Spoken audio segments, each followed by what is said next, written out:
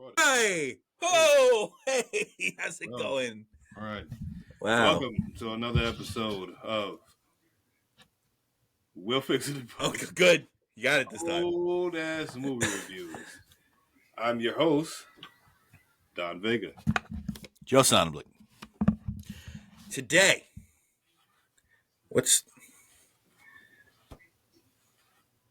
can't get past those titties. Can't get past those titties. It's like It's like a potato trying to roll down its outer shell. sandpit. All right. Like me trying to reveal the NWO shirt and it's just not working. Not doing it. No, it's like Sting behind the Sting mask. That 19 that would be good. That was awful. It's like Earthquake behind a Stormtrooper mask. No, that wasn't Earthquake. That was Fred Ottman. That was Tugboat. That wasn't Tugboat. It was Earthquake. I will bet you $1 million fucking dollars. It was Tugboat. $1 million, Don. John Tenta was Earthquake. Fred Ottman was Typhoon and Tugboat. So the question is, who was who was? What was the name? Oh damn. The Shockmaster. Shockmaster. Who was the Shockmaster? And I can't wait to get your fake $1 million in the mail. Dickhead. Tell me about wrestling, dickhead. Yeah, look at the wrong washing over his face. Son of a bitch. John Tenta was Earthquake. My whole life is a lie. Yeah, definitely. I did think he looked a little bit too in shape, and I was like, "Oh, good for Earthquake." He looks like he, No, took care of himself. No, it wasn't Earthquake. No, it was Typhoon Tugboat. There was sprinkles on his shoulder. They did. Yeah, it was bad. If you watch that video, anybody says, "Yo, WCW was not good, fam." It just wasn't. It's just real hick did shit. not have good stories. It was bad. Well, there were really no. I mean, until the NWO came along, there really were no stories. Anyway, so we're gonna save that for our next podcast that we do. We'll fix it in post. Old ass wrestling reviews. You could have just said weirdos watching wrestling, or no. I'm trying to franchise. We'll fix it in post, you dick. But why? Because I could be on different shows and talk about different things, but it's always going to be we'll fix it in post. And then the name of the... It's called the We'll Fix It in Turnbuckle. Just the movie we're watching today is Fresa Y Chocolate. The movie that we're watching, that we've watched. We watched. Been watched. We watched it's it. Fresa Y Chocolate, which is a... What is it? Cuban. Drama? Cuba? Is it a drama? What did we do? What did we pick out the hat for that? I don't remember. 1993, obviously. Yeah. 90s. 90s, and then, because this movie's from 1993, we picked out 90s, because this is for our January jumble, once again. Right. This is our third film for the Caribbean. It was 90s, Caribbean, and then the genre was... We got to remember, this is bad. We should have remembered this. And I meant to, because we saved it on our Instagram. Right? Well, the genre was whatever this movie is. Was it romantic comedy? I don't think it was, because I feel like Weekend was like... Well, because this is... I mean, you could look at this... I don't think it was rom-com. You could also look at this as a comedy. There is a lot of comedic elements in this. Oh, boy. Was it LGBTQ? Did we have that as a thing? Is this it? Oh, here we go. Here's the pics. LGBTQ? No, I don't think we had that as a thing. Well, we should be more inclusive. What is this? Why? You're not even... This is bad. This is a bad show. We are... This is not a good show already. We're 4 minutes in. We have not discussed anything. We'll fix it. This is, it's a movie. We do movies. Great. But we did a whole thing here. So why isn't it? Look at you. It's not even near the screen. You look terrible. Look at it. You look fucking awful. I look great. Fucking gross. You look great. Look at you. Wear black all the time. I'm a New Yorker. It's not slimming. It's not. Okay, so I guess. Okay, here it is. We just talk about the director and the actors. This is it was directed by Tomas Gutierrez Ale. Diego is played by Jorge Perugia. David was Vladimir Cruz. Nancy was Mirta Ibarra. Miguel was Francisco Gaitorno. And the synopsis of this film is two men who are opposites. One gay, the other straight. One a fierce communist, the other a fierce individualist. One suspicious, the other accepting, and how they come to love each other. But they don't come to love each other necessarily. That's not what happens. Bad synopsis, IMDb. And I only found one piece of trivia for this. Cuba's official submission to the Best Foreign Language Film category for the 67th Academy Awards, and as of 2020, it remains the only Cuban film to be nominated for an Oscar. And I think it still remains the only Cuban film to be nominated for an Oscar. Well, I mean, that also is based on the country and, letting things, Well, letting things in, being allowed to let things out. A lot of people, I think, yes, there's plenty of things they won't allow in, but also there's plenty of people that won't allow their stuff to be entered, or right. Cuba is just going to be banned from a lot of shit. Well, you've been to Cuba. Yeah. Tell us a little bit about Cuba. No. Okay, so I found the part. It is a drama. That's the genre that we picked. For this, so it was drama. I guess it is a drama. Okay, fine. That's what I'm saying. It's like, yeah, it's fine. It is. It's a romantic drama, if you want to get real brass tacks about it. Now the subgenre.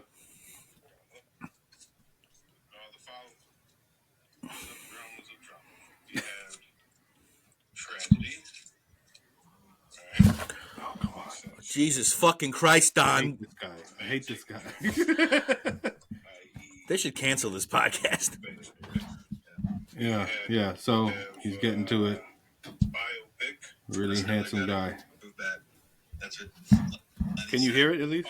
Yeah. Good. That was the movie that I was in my head thinking of. Stella got a group. Oh, come on. This is set in the Caribbean. Stella got a group. Wasn't in the Caribbean. Okay, it's this movie we picked. All right, we picked this particular movie. God damn. What happened in 1993? Please. Do you have that pulled up? This is a comedy of errors. Yeah, well, what are you going to do? Anyway, let's try to get organized here. You guys. Yeah. 1993. I'm sure we could find all the films that year because. Yeah, that was easy. And it was on that website that I do like. Okay. So that was cool. We got 1993. What do we got? What happened? Cigarette advertisements are banned in New York City's MTA. Okay. That's it.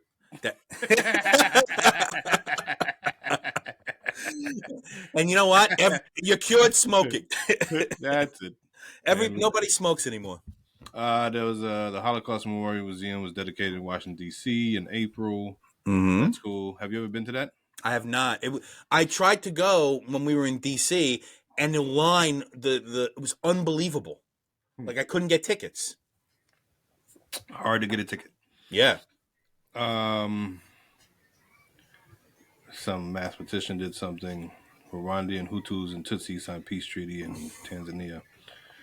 Oslo Peace Accord signed after secret negotiations in Norway, followed by the public ceremony in Washington, D.C. the following month. Israel and Palestine Liberation Organization exchanged letters of mutual recognition. What? Israel and Palestine Liberation Organization exchanged letters of mutual recognition. You still messed up that word. Recognition. There it is. Fuck you. Go ahead. Yada, public unveiling of Oslo Accords and Israeli-Palestinian peace agreement initiated by Norway, yada, yada. Troops and tanks of President Boris Yeltsin shell an occupied Russian White House in Moscow. Good head of hair. Hard time. Nelson Mandela and South African President F.W. de Klerk awarded Nobel Peace Prize. Failed military coup in Burundi led by ex-president Jean-Baptiste Bagaza includes assassination President Ndadaye. 525,000 Hutus flee. Black and white leaders in South Africa approved no democratic constitution. South Africa was a big A lot of stuff happening. news stuff that year. That was A a lot big, of stuff. big The Middle East, South Africa. A lot of yeah. stuff seemed to be happening. Let's see. Farewell, My Concubine by Chen Kaig from novel Lillian Lee, starring Leslie Chung, Zhang Fengyi, and Gong Li, premieres in Hong. What the fuck? Okay, I guess. Have you seen that? Farewell, I have My not. No, Concubine? I have not. No. Maybe you should watch that next. Why? It's not Black History Month. We still got one more movie to do for this month, no? Maybe we'll see. We'll see how We're, that sh- goes. we're short. We're short. Look, don't bring personalities into this. Don't bring your. Okay, I was gonna say something else. I know. Your penis. Catskills on Broadway closes at Luke Cats. Fontaine. That's not what I said. Catskills on Broadway. What the fuck is Catskills? Fuck should I know? You're the theater dude. You fucking should know. I don't know Catskills. The comeback. QB Frank Reich leads Buffalo Bills back from a 32-point deficit to defeat the Houston Oilers 41-38 in overtime in a wild card playoff game. And then they lost. In NFL history. Until Tom Brady put his dick in the Falcons' ass. Tom Brady. Mm-hmm. This is 1993. No. I'm just saying until. Oh, the biggest comeback in yeah, NFL. 31-0 at half. Yikes! Seventh largest wrestling crowd, 63,500 at the Tokyo Dome, January 4th, 1993. I would love to see a New Japan Pro Wrestling event. I feel like I would have loved to have seen it 30 years ago. They got some good shit going on. Yes, 30 years ago was better for sure. You know? Like, there's a lot of big and plus, names. Yoki's dead. Mm-hmm. You know, like. But I think all in all, they still do a really good fucking production. That's pretty sick. Sponsor us, Liquid Death. Sponsor us. Sponsor. Cunt. Sponsor. Liquid Death. Cunt. Sponsor. Liquid Death. Liquid Death. Liquid Death. Liquid Death. I do love Liquid Death. Isn't it just water? Seltzer, but it's so clean. Like, some seltzers suck. Okay. Like, you've had Polar Seltzer. That shit tastes like fucking TV static. I mean, come on, bro. Like, this is the cleanest seltzer I've ever had. And it's a reason why every podcast has it. I don't Sponsor us! Nobody cares, bro. Help me. Who died? George Tom Dorsey, American blues and gospel pianist, songwriter of Peace in the Valley and Evangelist, died in 93. June Clayworth, American actress, they got Phyllis Hill died. Johnny Most, Charles Brigford died. Got you up. Ooh. It'll be one of those episodes, guys. Who's that guy that hates me again? Steve. Hey, Steve. Hi, Steve. Yeah. Another one of those, Steve. Look, it's snowing. It's icy. Where you going? Watch us. Somebody died every day, apparently. Somebody died. There's that hard-hitting facts from Don there. This just kept going. I was like, I gotta move on from this. Let's see some film and TV stuff. Michael Jackson talks to Oprah Winfrey, airs on ABC and drew an astounding 39.3 rating, 56 share. 90 million people saw that. Drag queen RuPaul releases his debut album Supermodel of the World in June. Jurassic Park was directed by Steven Spielberg, starring Sam Neill and Jeff Goldblum. Opens, sets box office weekend record of 502 million. I forgot RuPaul made records. Yeah, he was a singer. I just forgot. I know. Club bangers. Yeah. 50th Venice Film Festival, Shortcuts, directed by Robert Altman, and Three Colors Blue, directed by Chris. There's a lot of Z's and Y's. Krzysztof Kieślowski, jointly awarded Golden Lion. Shortcuts by Robert Altman, one of the most overrated films ever made. Okay. X-Files, created by Chris Carter, starring David Duchovny and Gillian Anderson, debuts on Fox in 1993. Never understood it. Never watched it. It lasted I was literally just talking about that the other day. It's funny it came up. For 12 years. But yeah, it was. And then it had that 2-year comeback in 2016 to 18. Yeah. which wasn't great. British crime series Cracker, created by Jimmy McGovern, starring Robbie Coltrane, debuts on ITV in the UK. Never watched it. Make sure to go watch Cracker. I always heard it was good. Go watch it, Cracker. All right. God, you're like Carrot Top over here. C word. Yeah. The elusive C word. Philadelphia, one of the first mainstream films about AIDS, directed by Jonathan Demme, starring Tom Hanks and Denzel Washington, premieres in Century City, California. Demi. I don't give a fuck. It's 1993 in music, November. Doggy Style debut album by Snoop Doggy Dogg. It was the album of the year by 1994. You know how, look, I like hip hop. I do. I don't understand West Coast hip hop. I don't like it. Certain artists, it's very few and far between. It's just like Too Short, maybe is the only one. I really, a couple tracks. Maybe Nate Dogg, but like, I just don't fuck with Snoop Dogg at all. Who was I actually into? No, I wasn't a Tupac guy. I can appreciate him. I can appreciate his artistry. Not a Tupac. Yeah, I never got it. I never understood Snoop Dogg, that album specifically, I have vivid memories of because it was a big deal. Maybe I like the Chronic. Okay, only okay for me. If we're talking about contemporary, Kendrick Lamar, I'm very into. Yeah. I'm talking back then. There's a lot of good West Coast hip hop now. No, you know who what's his face back then? The Game. Be Real. No, Be Real. What was that crew again? Cypress Hill. Cypress Hill, I was very into, but that was because of my uncle and my aunts doing. They were very into. But I remember those songs. Like I can still bop to that. But would you call that trip hop or hip hop? It's hip hop, but it was like that rock infused hip hop before Jay-Z did fucking Linkin Park and stuff. You know what I'm saying? Like they've been doing that. Yeah, the crossover we all wanted, Jay-Z and Linkin Park. I didn't hate it. I hated both. And then hated Linkin Park. You had what's his face too. I didn't. This is not somebody I'm saying I liked, but that had that rock influence also. Ice-T did a lot of rock stuff. Oh yeah, with Body Count. Yeah. It was interesting enough. It's funny that they picked Cop Killer, which is one of his worst songs, as like the thing to go at him, in America, and it was just so like.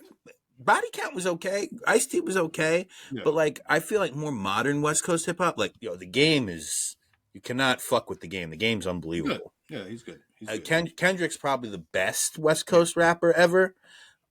Vince Staples is also a really good... I've heard a couple of things about Vince Staples that I enjoy, sure. And I guess you could call Earl Sweatshirt... He's a very funny-ass personality. Vince Staples is a hilarious person just in general. Yeah, I mean, he's got a show coming out on Netflix apparently in a couple months. Yeah, Kenya Barris is. Yeah. So, I don't really fuck with Tyler. I don't really fuck with Tyler the Creator like that. Like I don't. Tyler the Creator a lot. I don't really get it. I like this weird shit. Yeah. I tried, like you said, yeah, for sure. Yeah, Earl's a mean MC. Yeah, he's a beast. And doesn't do enough. Yeah, It should be doing more, but I can't tell anybody to do anything. Like for us, it's like more the West Coast at its peak. We were kids. You know what I'm saying? Yeah. I mean, so I also prefer the boom bap style of East Coast hip hop. Like I really like the Griselda crew a lot. I mean, Doom, MF Doom and Wu-Tang, all those guys. I like that sort of the slow beat style of hip hop. Yeah. People try to tell me like everybody. I like Danny Brown a lot, but yeah, I like the album. The album that he just did with JPEG Mafia, that shit sucked, bro. I haven't heard it, and I've heard a couple things by JPEG Mafia, and I didn't hate it. I don't get it. It's like I don't want that. It's like I'm having a stroke. Yeah, it's like trippy, too much stuff. It's like acid beats in a way that's very fast, and I think the album was called "Scaring the Hoes," and I was just like, "This is not." You were scared. I am a hoe. Oh yeah. I am a hoe. 1993 in sport.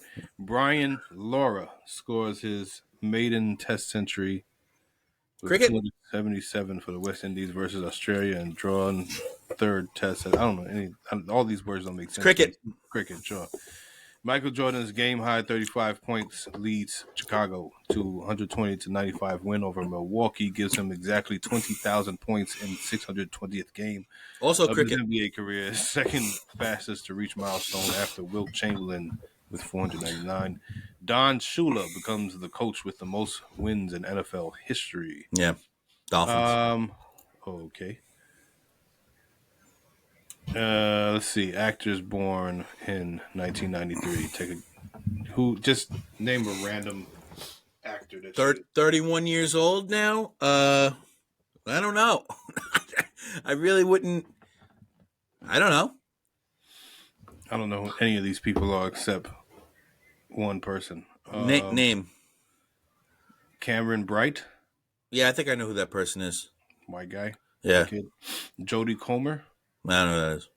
Yalitza Aparicio. I think. Huh? I don't know who she is. She looks like she might have been in that movie about the Mexican family with the maid. I think that's that young lady. Well, that could be every A couple years Mexican ago? No, it film. was a couple years ago. Oh. It made a bunch of big awards with black and white. Made in Manhattan? No, Dick. And Pete Davidson. He was born in Oh, PD. Yeah. Good guy. Some musicians born in 1993. Some musicians born in 1993. Take one guess. This guy looks 43. That's crazy. I don't know. I'm not gonna guess. Who the fuck? Bryson Tiller.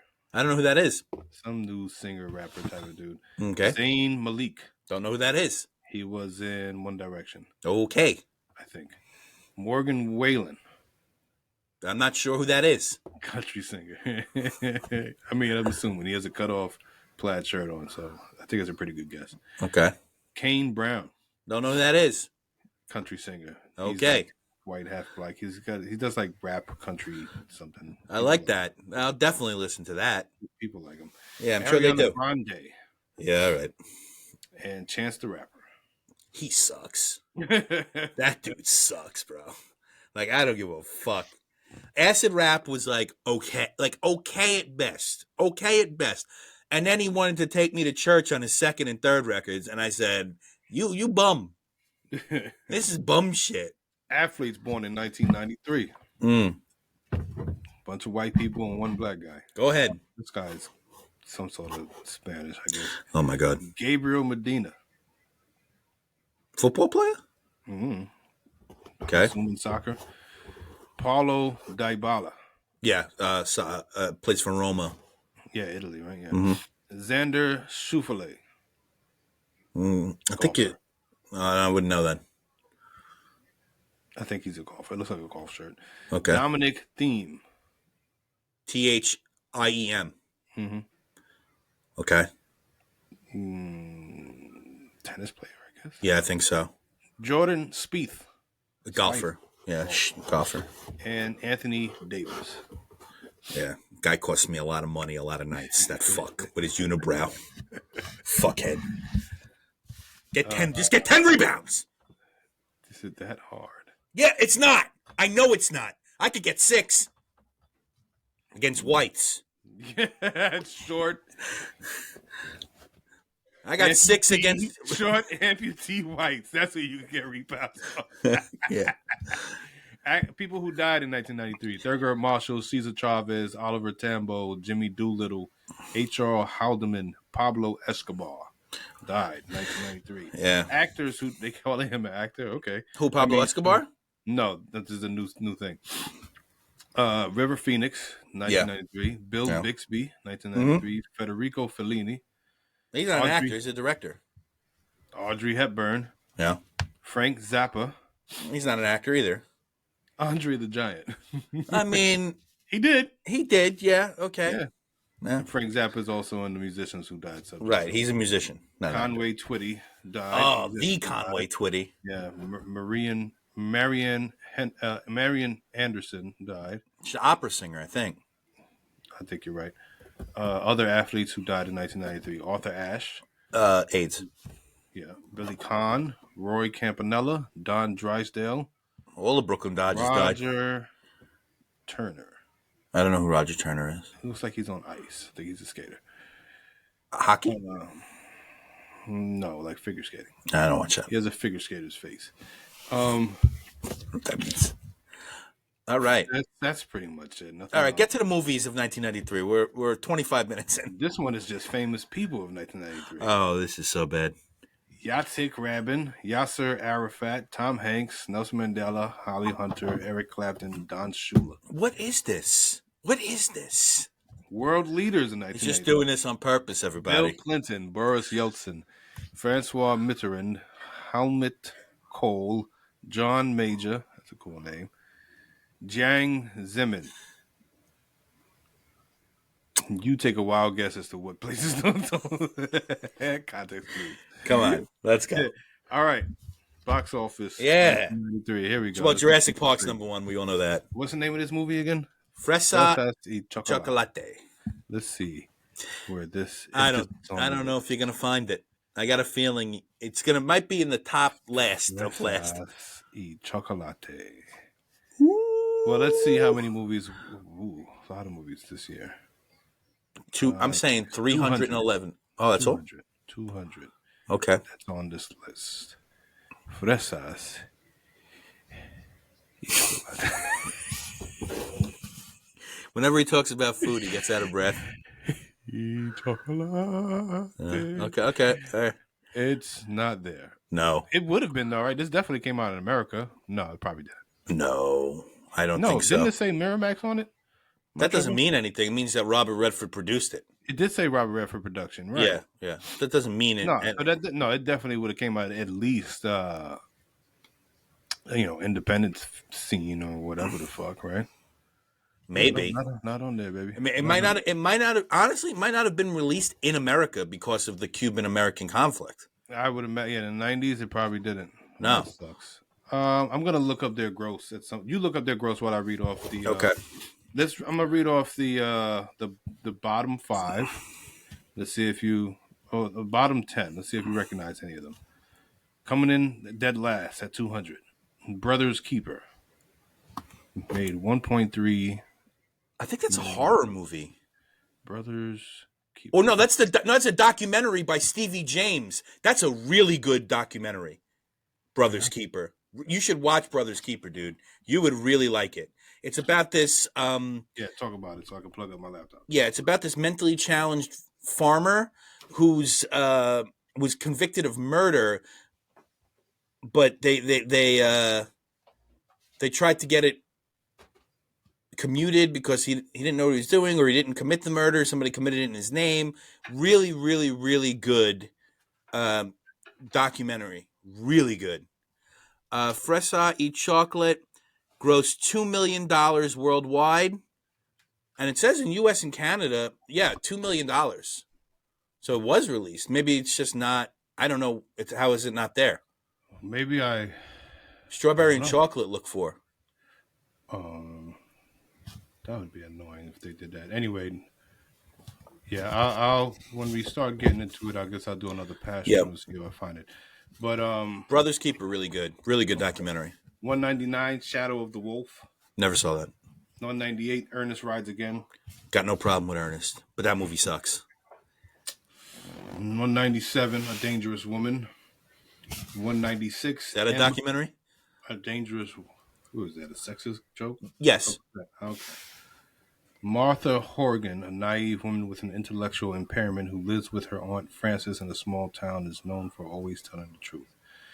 So this is about an autistic person. Okay. What am I supposed to do with that? I don't know. I'm not going to see that. It doesn't sound good. Well, we're going to have a month where we watch things that don't sound good. So this might come up. Every month. It might come up. Go ahead. Keep going. That doesn't sound good. Put it on the list. Let's see. Okay. So I just saw, it's not in the bottom 10, but I just saw. Oh, this has got to be from the year before. Schindler's List is on here. Okay. No, 93. Schindler's List didn't do good? No, it can't be, because Malcolm X is on here at 151. Okay, so maybe it was 92. You're right, yeah. Yeah, it's got to be. Anyway, M. Butterfly was on 96. Very good. What is it? It's based on The opera by Puccini, Madame Butterfly. 1960s China French diplomat Rene Gallimard falls in love with an opera singer, Song Liling, but Song is not at all who Gallimard thinks. It's very good. Cool. I think is that with Kelsey Grammer? Oh, I would check that out if it is. I've never seen him in a movie. Let me see. Who are the actors? Who are the actors? Cast information. Do I want to sign up for something? No. Suck my dick. Jeremy Irons. Jeremy Irons, right. It's Cronenberg. It's David Cronenberg. Yeah. That sounds like a good time. Yeah. It's very good. Oh, it's a gay movie.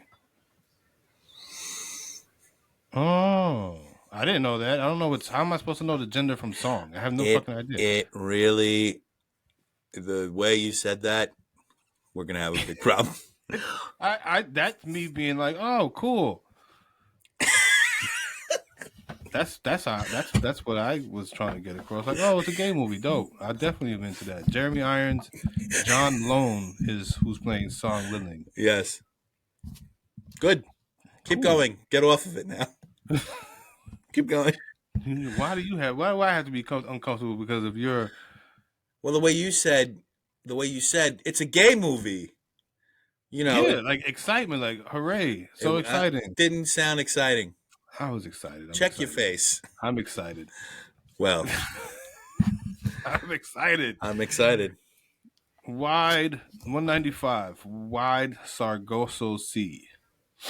Definitely don't know what that is.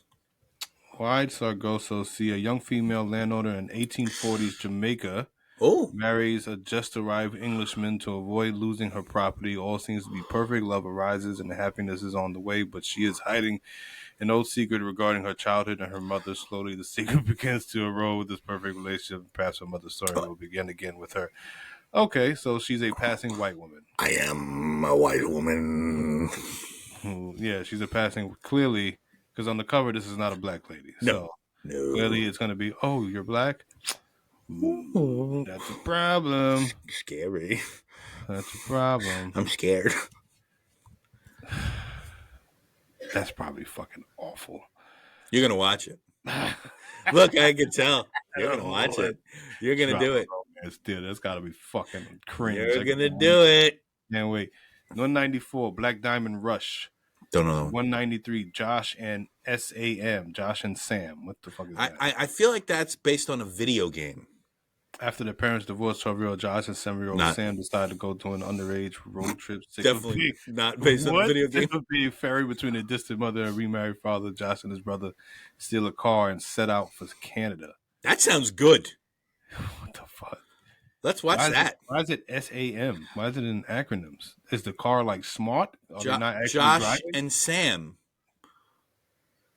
No, it says Josh and S.A.M. Oh, stupid ass motherfucker.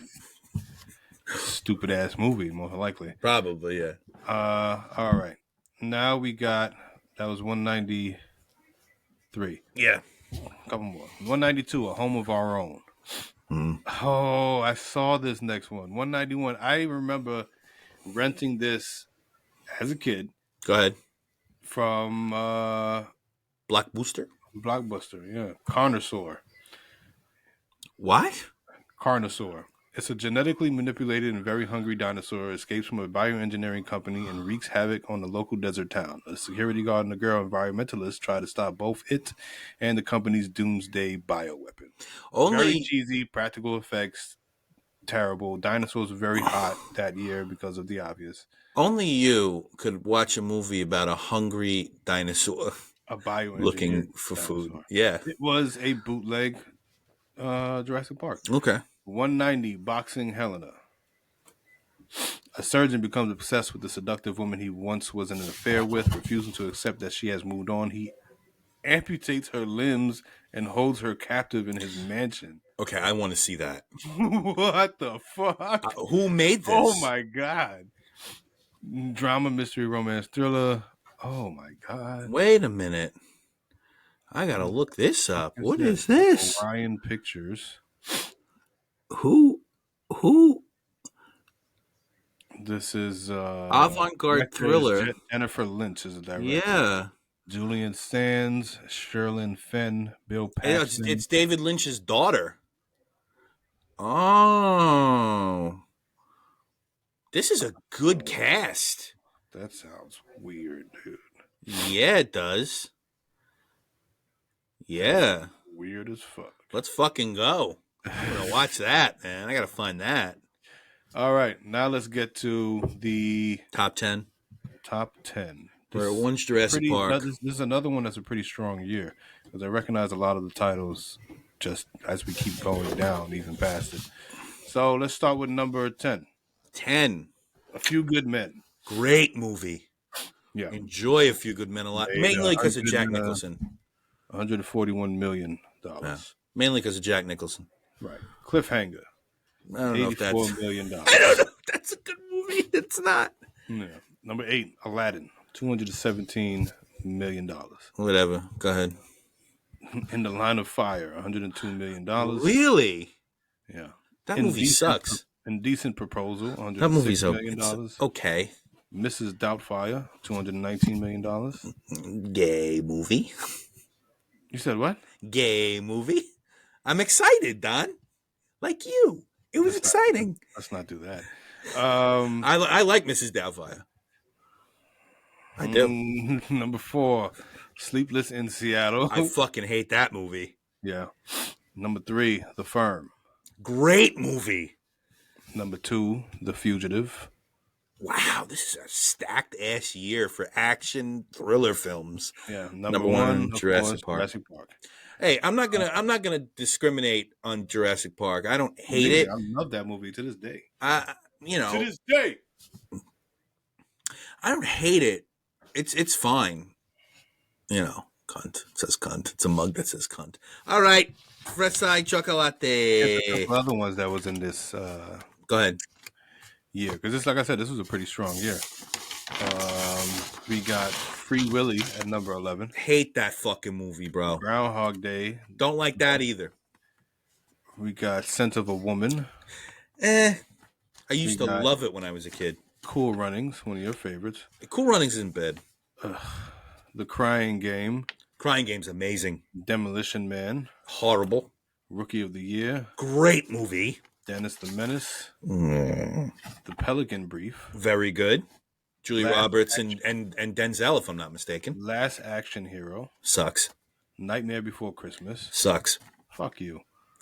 The Good Son. It's okay. The Addams Family Values. Didn't like it. No. Teenage Mutant Ninja Turtles 3. That's the one where they traveled in time. Wow. To the I had that video game. I had the Turtles in Time video game. Was that feudal Japan, right? Yeah. I don't know. I never saw the movie. It was. I loved all of those. I like a lot of things that have practical effects back then. They have a soft spot in my heart. Then it's like the artistic, work that takes. And in an ode to the Turtles, you decided to live your life in the shape of a turtle. Homeward Bound: The Incredible Journey. Okay, Homeward Bound's good. Hocus Pocus. Don't care for Hocus Pocus that much. What's Love Got to Do with It? Never saw it. Racist. I just never saw it. Because of racism. I don't think Home so. Alone 2, Lost in New York. It is better than the first one. The Bodyguard. The soundtrack's better than the movie. Carlito's Way. I think Carlito's Way is super overrated. I think it's slightly overrated. It's not super. I don't know. Al does it's like a very quiet Tony Montana accent he's doing. I mean, yeah, because he's not fucking Hispanic. So, like, he's doing his best. As a cultural appropriator, he's doing his best. I do. I mean, John Leguizamo in that movie is very good. Benny Blanco from the Bronx is very Perhaps good. He should have been the main lead. But he wasn't big enough then. That's how movies work. That's how you get big. But yeah, I get it. They just was like, hey, remember that time you did a fucking accent? Put on a leather jacket, make it quiet. Do it again. Quiet. Wayne's World 2 Sucks. was that year. I hate Wayne's World. I don't like it on SNL either. Robin Hood Men in Tights. Funny. Sister Act 2, Back in the Habit. The first one was the only one I saw. The Sandlot, 1993. Okay. I love carryover. I love The Sandlot. I love sports. I love baseball. I think The Sandlot is one of the most overrated pieces of shit You're a ever. fucking jerk off. You're a Ever. jerk off. And I like all the baseball movies. That movie sucks. You're a jerk off. The Secret Garden. Okay, Secret Garden smashes. That movie smashes. Son, I've seen this movie a bazillion times. That movie smashes. Like that, I wouldn't mind doing another rewatch if we figure out. I don't know where that would fit or why we would have to do like a kids, like an our childhood month. Like yeah, maybe our favorite childhood movies. Maybe yeah. Two. Yeah, I think we'd be watching Goodfellas. You know. Menace to Society. Great I think movie. That's a carryover from '92 probably because it's saying 27 million here. Let me see. Well, I don't know. 27 million in 93 is a lot of money. I think it came out in 93. Yeah, it did 93. You're right. Yeah, 27. Oh, I thought that would have been. I guess that's just a lot of money, dude. Yeah, but I mean, yes, it is. It's a quarter of the other bigger top 10. So I guess Poetic Justice was that year. It's okay. I think it loses a little bit as time goes on. Well, you know, it ages. You know, Unforgiven. Okay. If we ever do like a most overrated classics month, that is number one most overrated piece of shit ever. Really? Fucking hate Unforgiven, bro. And I love Clint Eastwood's old westerns, and I love Gene Hackman, and I love Morgan Freeman. That movie sucked. I mean, it's one of my dad's favorite movies, and he made me watch it a bunch of times. I just don't get it. I think you just hate your dad. I love my dad. Rudy sucks. Rudy sucks. I think you just hate your dad. Rudy sucks. What you do about nothing. I'm skimming through this again because I want to try to see if we find the strawberry and chocolates, right? Yeah. But you said how much it made already anyway. Two. Yeah. Coneheads. It has moments. Super Mario Bros. Okay. I got a soft spot really for bad, that movie. But I rewatched it. Super soft spot for that movie. Because I listened to a review podcast that, you know, it's like it's some other shit. And they nitpick movies or whatever. And what they did in that episode is they rewatched Super Mario Brothers and compared it to the Mario Brothers that just came out last year. I didn't watch that. It was fine. But like, same thing. Like they were like, it's terrible, but like you can't hate this movie. You just can't. Like I also have a soft spot for the animated show when I was a kid, and I have a soft spot for the Captain Lou Albano show. Yeah, I have a soft spot for that. Posse, number 79. I don't know if I ever saw Posse. This is the one with the black cowboys, right? Yes. 5 and whoa. Why didn't we watch? Oh no, because I guess if we would have looked. In 1898, Cuba, 5 Buffalo soldiers find a gold cache desert and return to America where they help defend a black town from the KKK, all while trying to avoid capture by lawmen and military authorities. I think I did see this. Who was in this? This was... Mario Van Peebles was the director. I definitely saw this. Stephen Baldwin. Yes. Paul Bartel, James Bigwood. Why are they doing all the white people first? That doesn't make any sense. It's a whole fucking black cast. I did see this. I don't remember it, but I saw it. That's a movie. The Jason Goes to Hell. Okay. A Bronx Tale. Super overrated. I love A Bronx Tale. Super overrated. But yeah, sure. The kid's not great. The chick's not great. I just think there's nothing really great about it. I still like it a lot. I don't know. And Tombstone. It's okay. Geronimo, an American Legend. We passed on that in November. We did. Hoffa. Amazing film, Don. If we do like a biopic month, that was directed by DeVito, written by David Mamet. Nicholson plays Hoffa. Bro, fucking amazing. So I Married an Axe Murderer. It's funny. Even though Mike Myers has sort of canceled himself by being a piece of shit on set, apparently. Like a huge piece of shit. Like nobody wants to work with him ever again. Grumpy Old Men.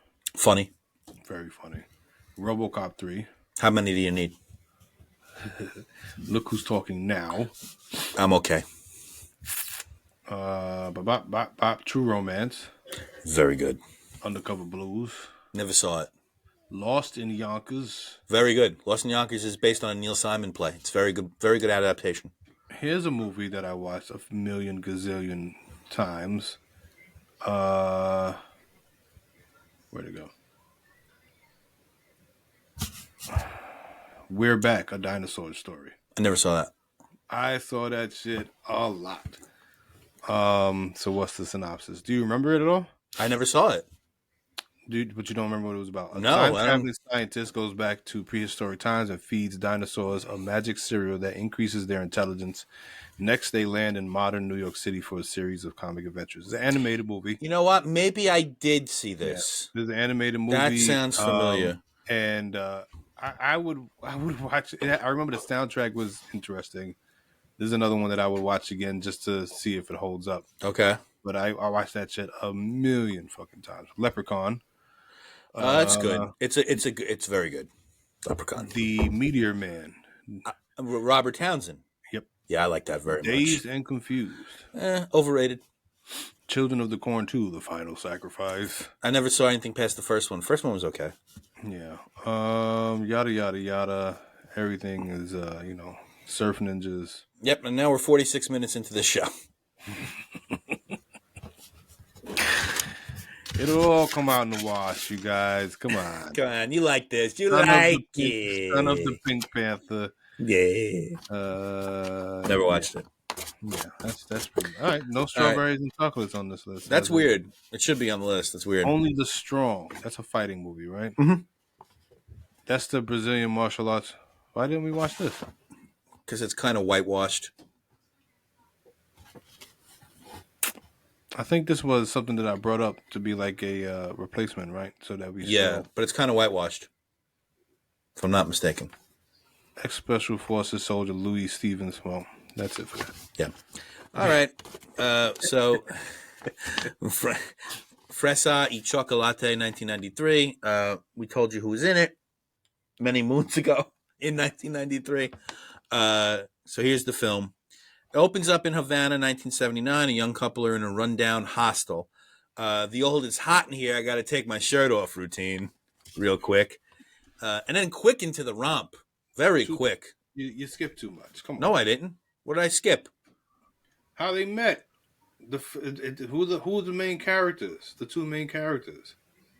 What? No, this is the guy and the girl. What guy and the girl?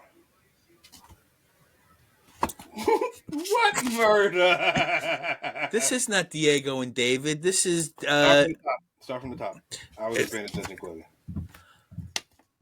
Yeah. Havana 1979 is the opening title card. This movie's in 1979? Are you all right? I missed that, I think. Sorry. Why are you doing this? Why did I look up 93? What was happening in 93? Should I have looked up what was happening in 79? No. The movie was made in 93. Do you have Alzheimer's? Is something going on? Ah, damn. You can start walking into corners. A young couple are in a rundown hostel.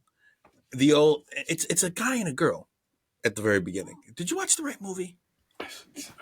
We'll find out. The old "it's hot in here, I got to take my shirt off" routine. Oh yeah, that was the beginning of the movie. You fucking idiot! Quick into the romp, yeah, and I wrote they were in the Galaxy Hope Motel of Cuba. Yeah, they were in the Grand Motor Inn over there. I wrote, homie has the blue balls as she's in the bathroom, and there's a weird hole in the door, just like you could pull a hole out and see other people fucking in the next room. Yeah. He took his date to a whorehouse. Yeah. Vivian is a hotel. Yeah, and then Vivian's not happy being brought to a sex motel, and I wrote, you can't say I want you and not sex as you're unbuckling your pants. You can't do that. It's just not something you can do. Then he tells her he won't touch it till they get married, which, what are you going to get married outside? What are you going to do? And then I wrote, wait a minute, she married someone else all of a sudden. What the fuck out of here? Somebody else that happened. And then he goes and sits down in the square, and con permiso made me laugh out loud so hard when Wow. Diego said like the way he said it made me laugh so hard. He said it like a Spanish auntie. Yes. Diego is so this is fast forward in time, like you said, Yeah. obviously, right? Yeah. Because they skipped ahead, Yeah.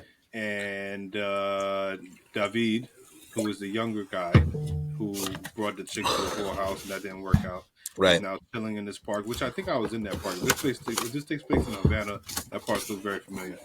So then the other main character is the Diego. gay older gentleman named Diego, Mm-hmm. and he speaks for the most part like somebody's Grandma or auntie. Cuban auntie, yeah, Cuban aunt. So I wrote, Diego sits down and he's shooting his shot. He's getting rejected at every turn. And then it gets weird. The way he shoots his shot is super creepy. It's predatory, yeah, for Yeah. sure. And David is a young guy, right? Isn't he I would assume he's 18 or 19. Because he's in college. Yeah. But you also don't know how old Diego is. I got to assume he's in his 30s, he's in his right? 40s. He's in his 30s, late 30s, 40s. Okay. And then he says, just wanted to lend him some books, show him pictures he took from his performance in Ibsen's A Doll's House. Okay. And I wrote, all very stalkerish to start here, but he decides to go with him anyhow. The natural landscape, I wrote, is quite beautiful, minus the Fidel-esque pieces scattered throughout Havana. It's, for a movie I had to watch that looked like it was on VHS from 1984, it was beautifully shot.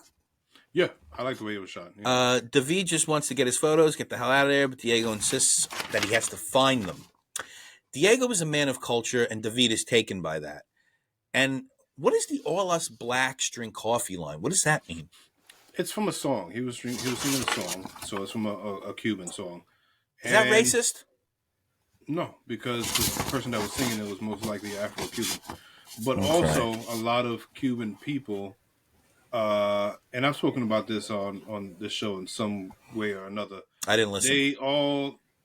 A lot of them think of themselves as we're all one people, we're all black, so they acknowledge their ancestry. But I always find complications with that. Same way I find complications with my own island of Puerto Rico, where it's like, yeah, sure, we can say we're three different cultures: Spaniard, African, and Taino, but that it's more so just for the facade and the it's still very internally racist in these islands: Cuba, Puerto Rico, DR, et cetera, et cetera. In Latin countries, there's a hierarchy based upon your skin complexion.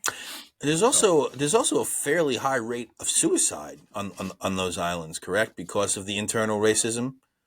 I know in the Dominican Republic, there's a fairly high rate of suicide. There's I don't know. I never heard that one. That's something. Yeah. I mean, it's poverty. There's a lot of poverty. Even Puerto Rico is fucked up. Yeah, I've been to Puerto Rico a couple of times. Beautiful island, but very fucked up. I'm always lending them to young people. You can be next. Just a very weird line about talking about John Donne and other poetry. Like, what do you? This is predatory shit. It's fucking freaky at first. I'm like, it's a bit much. Yeah. David sees the nude photos of men, but he's a little intrigued. You could see there's some like, what's going on here? He followed a stranger to his house. Yeah, it's weird. Diego spills the cafe on David intentionally to get his shirt off. That was obvious. Gives him the tea from India, and you can see Diego already trying to control anything that happens between them. Just, he's becoming the overbearing adult in the situation, I guess. Yes, but also this is not. I mean, it's not. I can't argue the predatory nature of it and the, But it's more freewheeling. He's aiming for something. That's pretty obvious. Yeah, it's on the nose. Yeah. But this is also very much so Latin culture of being overbearing, an overbearing auntie, or just an overbearing person in general. It doesn't even have to be auntie, anybody. A lot of Latins are like that. They're overly hospitable. They control everything you do as soon as you enter the house. You're going to drink this tea because that's what you're supposed to do. You're going to, read this book. It's very imposing. Right. Diego lists gay writers to drop the very obvious hint that he's a gay man. Mm-hmm. And then he says 60% of men have had homosexual relationship with no change to their sexuality. And I just think that's a communist Marxist number. I feel like those numbers are a little skewed, 60%? I thought Diego is the one that's supposed to be not communist. So that No, can't no. be communist numbers. It was like it was a joke. I said it's like a communist Marxist number. Didn't land. Okay, those numbers are skewed. Okay. Fuck off. I think he was. Yeah. The idea is he was trying to be Yeah. like, hey, everybody's gay. What's up? Everybody's gay. Yeah, we're all doing it. Which is not. I don't necessarily disagree with that. I don't know how you could possibly get those numbers. That's the thing that, because people, if you have all of this bias on homosexuality and stuff like that, then how can you possibly ever trust the numbers? You can't trust numbers on anything, really. It doesn't even. It's like what are you basing it on? People being comfortable with being vulnerable, and especially over there. I mean, I don't know what his numbers were based on. Maybe it wasn't. I just think it was based on trying to fuck them right now. Yeah. I don't think there were numbers on anything. That's just a back pocket poll that he had. So this is and then David leaves, and this is the beginning of a huge theme in this movie, which is Santeria. Yeah, it's very big over there. It's very normal. I said I defer to you about the beliefs on Santeria because you know more about that than I do. So, do you want to explain to people what Santeria is? Santeria has, and you know, I am somebody who obviously comes across. I don't think anybody's really seen me in my full garb and everything, the type of jewelry that I wear. I have, and I know you have, but not on this show. But I consider myself a spiritual pragmatic, right? I appreciate traditions. I appreciate the art of jewelry and the art of certain traditions and beliefs and customs. It doesn't mean that I necessarily give it the full literal power that some people do, or the full literal belief that some people do. So Santeria, though, is basically a amalgamation of Christianity and African traditional beliefs. So where you have orishas for the African beliefs. So you're talking about, I can't. That's what I'm saying. Like, I don't practice any of it. I understand a lot of it. Just give the broad overview. It's like different gods that have different powers, different responsibilities. Just like the saints, for the most part, a lot of these things were ripped off from older African beliefs. That's where the Christians got it from. You know what I'm saying? So you're talking about saints are basically these demigods. Yeah. And just like with Greek mythology, you have the gods and you have the demigods. It's all the same structure. It's like up here, then it gets bigger and bigger. Different gods, different jobs. Okay. So different people will have their altars in Santeria to their different orishas, or for her, in her matter, the first. What was this? The guy, right? I didn't take a peek as to whom he had an altar for. The lady had an altar for Santa Barbara. We'll talk. That'll come up later. Okay. And we could touch on that later. Which orisha she's actually the parallel to, but I don't know who his was. I wasn't. I don't think he mentioned it out loud, and I would have to take another peek at it to see what colors were involved, because every god has different sets of colors. Right. Like hers had red, black, and white. And her Santa Barbara, and that the conversion of that would be Chango, which is the god of thunder, lightning, and has a couple other jobs and shit like that. So yeah, that's the confusion version of Santeria. I hope you got all that. If not, Google it. Fuck you. Very angry man. Now he's talking to his buddy about what happened. He's talking to Miguel, talking about how if the embassy finds out it's curtains, because they're both communists. David and Miguel are communists. And now a weird montage is about how sex is all men think about. Like, it's just like a weird little montage there. David sees Vivian. She tells him she needs a family and to settle down. Vivian is leaving, and she lays that out for David, tells him maybe they can fuck, and he doesn't want that pity on his soul. I don't even know what the fuck that means. It was she's weird, a weird character.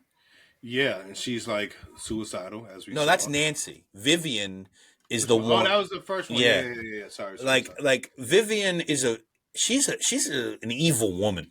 Yeah, she didn't fuck with David because he's broke. Yeah. Which is like, hey man, that's a factor that's important. Cuba's not doing great, so to be broke in Cuba is not okay, man. It's just not. Miguel wants David to get the dirt on Diego. David starts giving Diego the third degree. Diego lights a Santeria candle to the effigy that brought David back. Diego pours the enemy's drink, which looks to be Johnny Walker Red, and this is the weirdest scotch I've ever seen. It looked like water at first, and it looked like piss, and it looked like iced tea. I don't know what was in that fucking scotch. Well, they clearly weren't drinking real alcohol. No, I know. And if this was shot in Cuba, you definitely are not drinking alcohol. Can't have. No, they have alcohol in Cuba. They have tons of alcohol. It's just their stuff. They have, Havana Club rum. Mm-hmm. Yeah, it's really good. David steals a magazine from Diego to incriminate him. Diego reveals he's a gay religious man and that his neighbors are watching him. David wants to call him by his name. Wants him to call him by his name and not any pet names. Doesn't want to be called Poppy. Doesn't want to be called Baby. Yeah. This line was kind of interesting to me. Long live democratic communism. What does that mean? Because it's a facade, as if he's. What's a facade? Is democracy in Cuba a facade? That there's democracy, or that the people have any opinions in Cuba. It's a facade. So Okay, that's the sarcasm he was getting across there. David now throwing up in the shower, and Miguel helping him out. Miguel definitely trying to bring the hammer down on Diego, just essentially telling him, David, get him. We need to get him. There's a lot of derogatory language in this one part. The downstairs neighbor going to the hospital, and Diego and David go with her. She tries to kill herself, slits both of her wrists. Yeah. And then she's back in a second. He's her, hey guys. Yeah. He's her brother, and I'm her husband. That was kind of funny. Tried to kill herself. And Diego made David donate blood. Like, bro, I don't know this lady.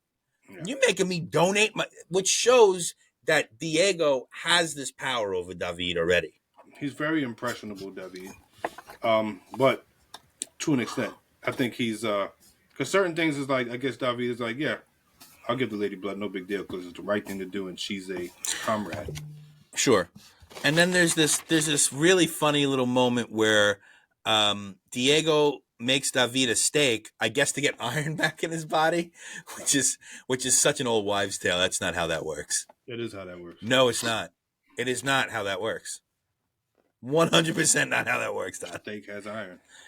Yeah, but not enough to replace the pints of blood that he lost. No, of course not. But it'll make you balance you out for the moment at least.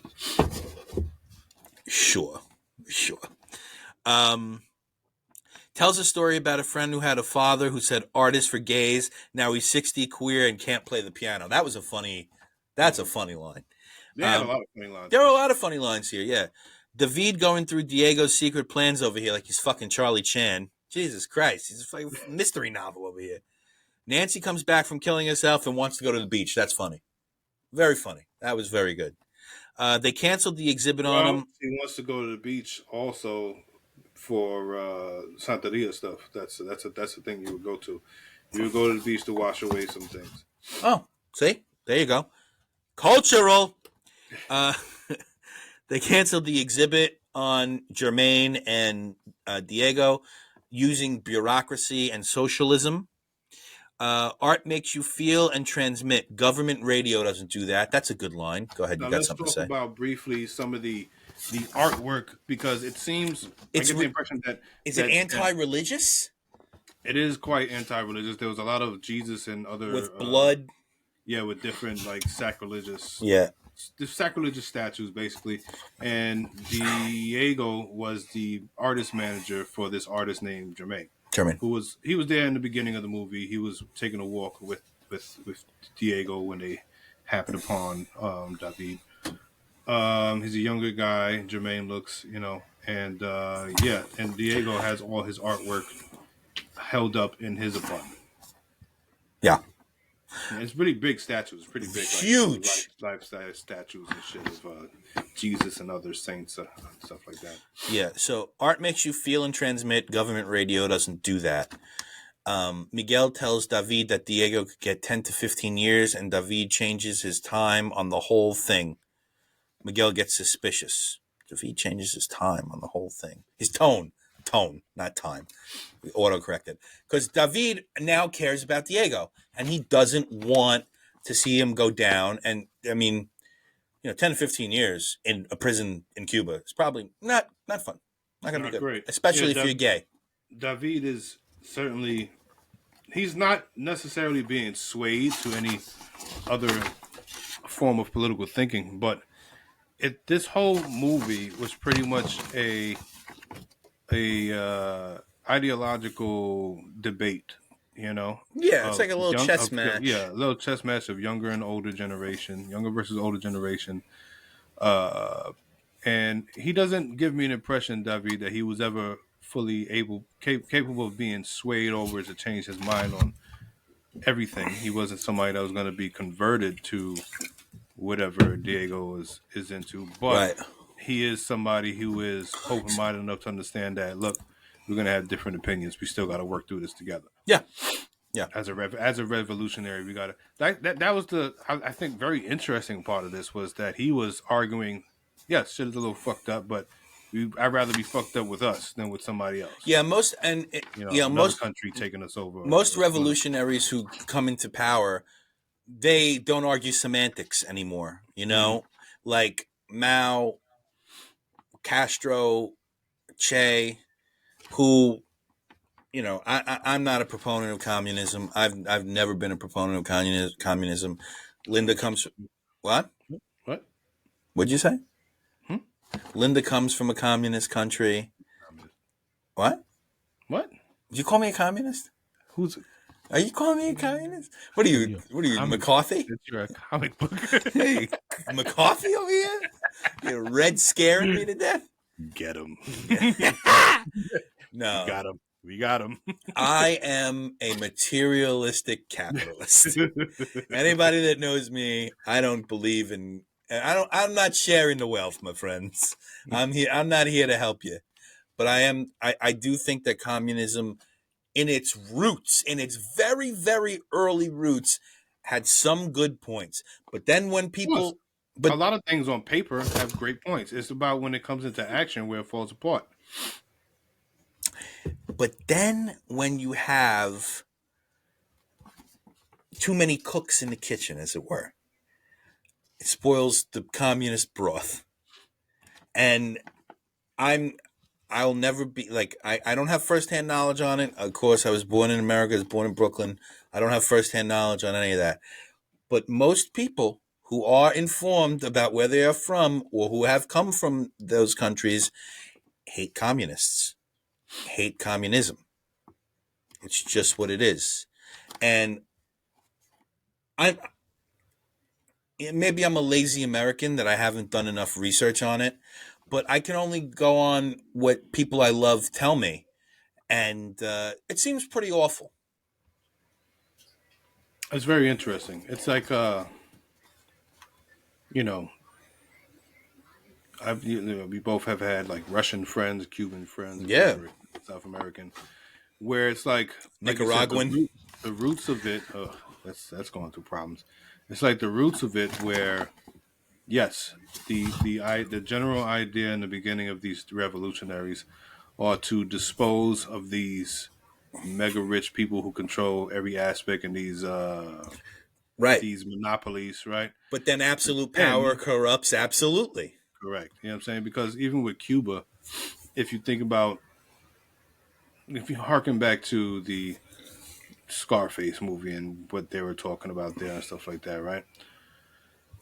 A lot of those Cubans that fled Cuba initially were the uber rich. They weren't poor. No, yeah. Cuba. No, they were the uber rich white Cubans that left, and they were because they didn't want to get down with the get down. Mm-hmm.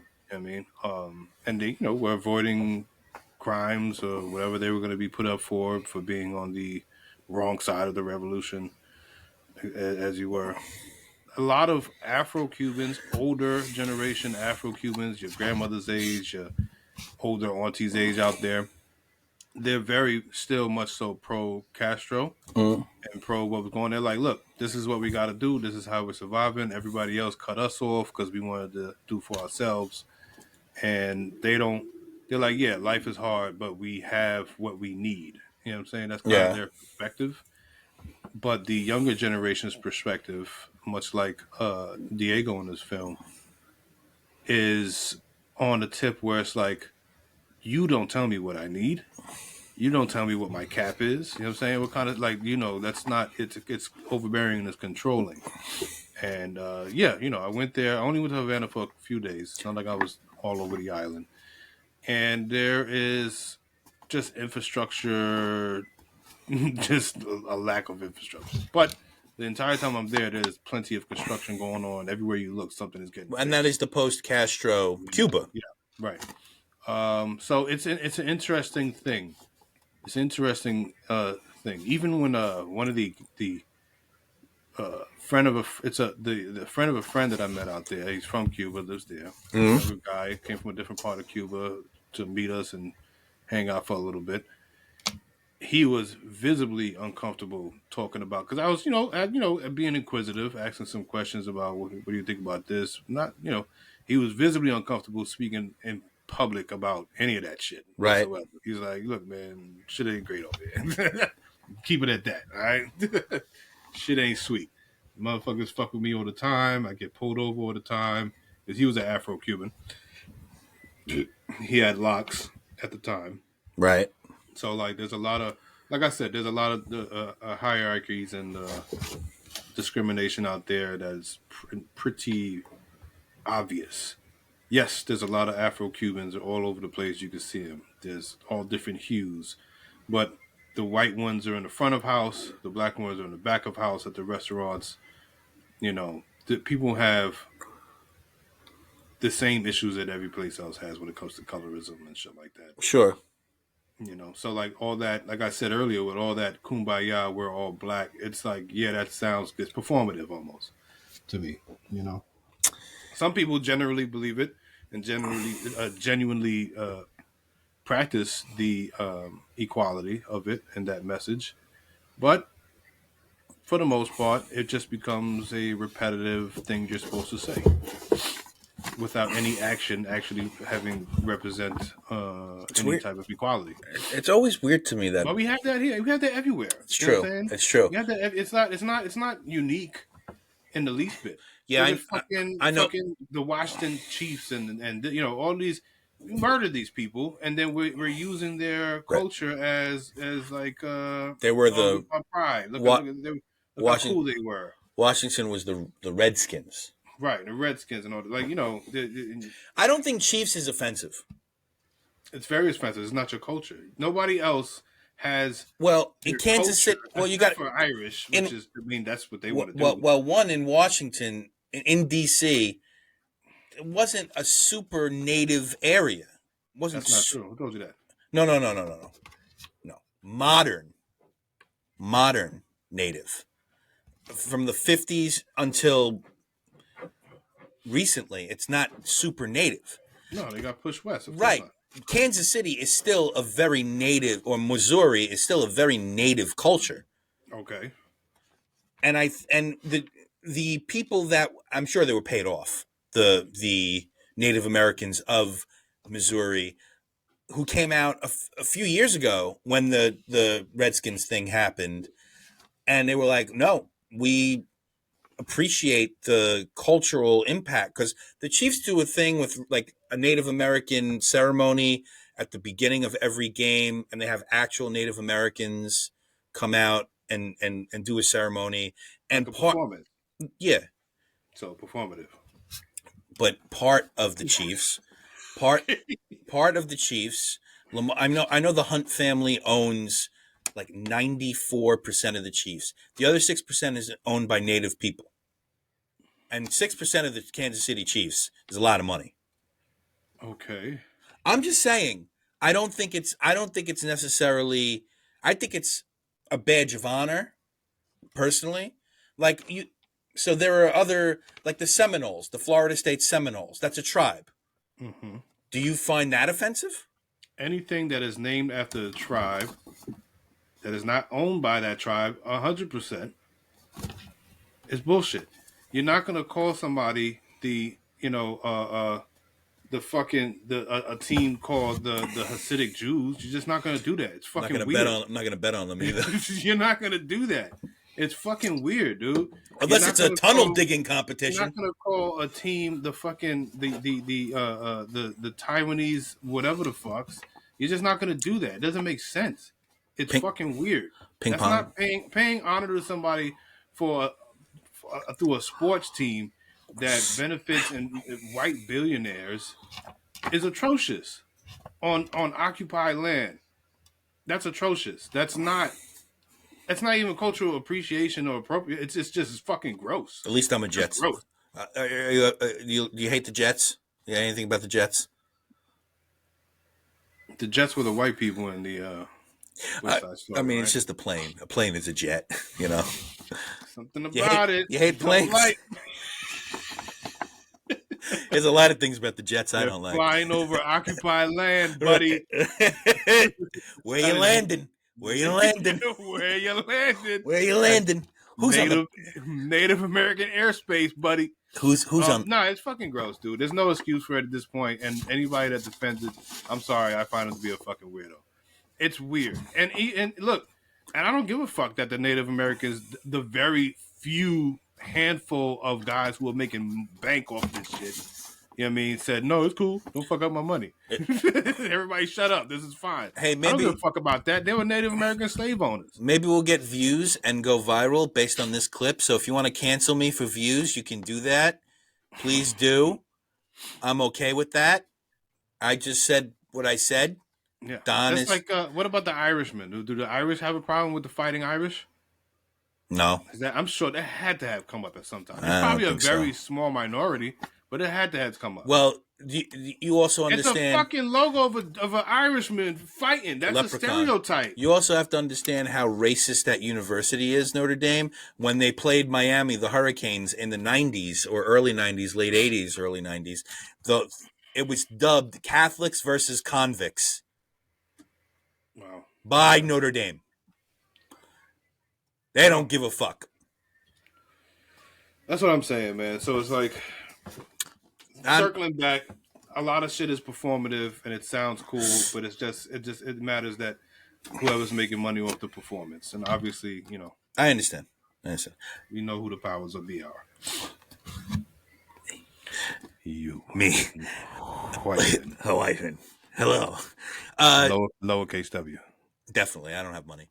Jermaine, the artist, wants to just sort of postpone it all, take a break from the exhibit. And Diego says, no, we can't do that.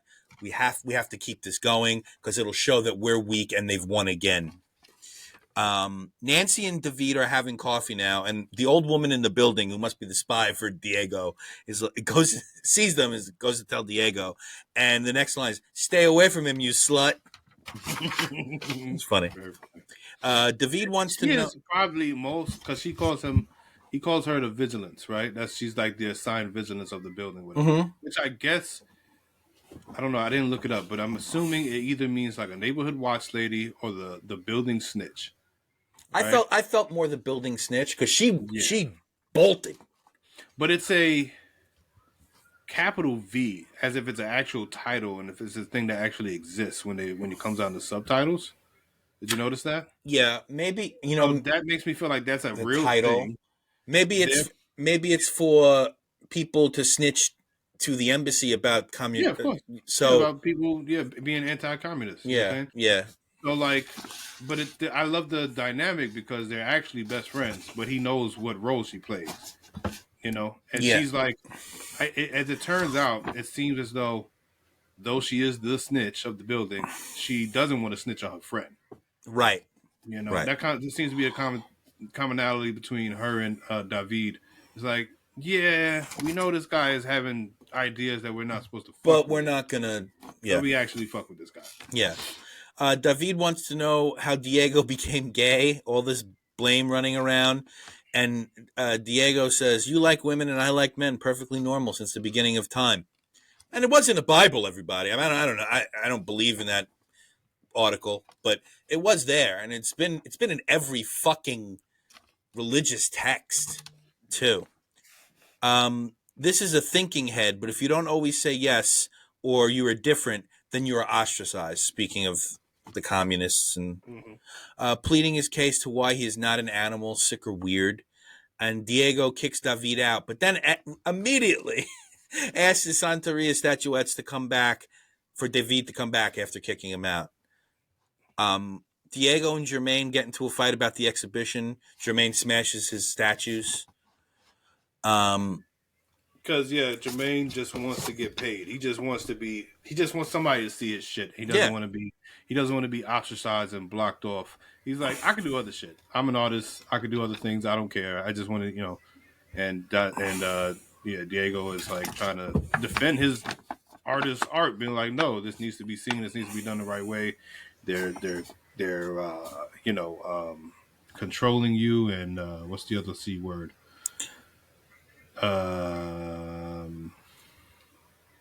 Censoring you. Oh, censoring, yeah. Censoring. Right? So it's, and Jermaine just has a mental breakdown. He's like, nah, this is my shit. You don't tell me. Yeah, you're not even the artist. Yeah, he destroys it. Yeah. It's an interesting turn where the manager of the artist is fighting harder than the actual artist. That happens a lot. It does. Mm-hmm. David comes back, brings Diego some writing. Nancy praying to the statues for the communist kid and Diego for to all go right. Diego, very nonplussed at David's writings. He said, among all the rubbish are nuggets of gold. He said, it looks like measles. That was a funny line. It looks like measles. David walking around and looking at what Cuba is now. Rubble. It looks like measles because of all the mistakes. Pens, the mistakes. So you have to circle the mistakes with the red pen. Yeah. David walking around looking at what Cuba is now. Rubble, burnt out buildings, and some fairly decent handheld camera work here. I thought it was good stuff. Yeah. David hanging pieces of communist propaganda all over Diego's apartment and now trying to convert him the other way.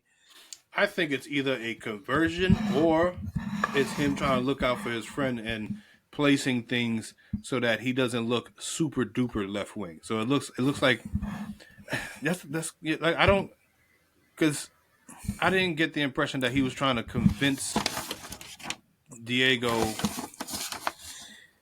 of much. He was just more giving his perspective. Okay. I could go with that. The propaganda that he was putting up was not to change Diego's mind, but to protect Diego. Okay. In case people showed up at his apartment. Yeah, that works for me you know too. What I'm saying? That works for me too. Remember, David's school friend was finna snitch. He's like, nah, I'm finna snitch. I'm gonna say what's going on here, and he was making David a pseudo spy, basically. Yeah. And so I think that was David trying to protect him. Yeah. Now we're at a meeting of the communists, and Miguel has some things to say to David. David sticks up for Diego.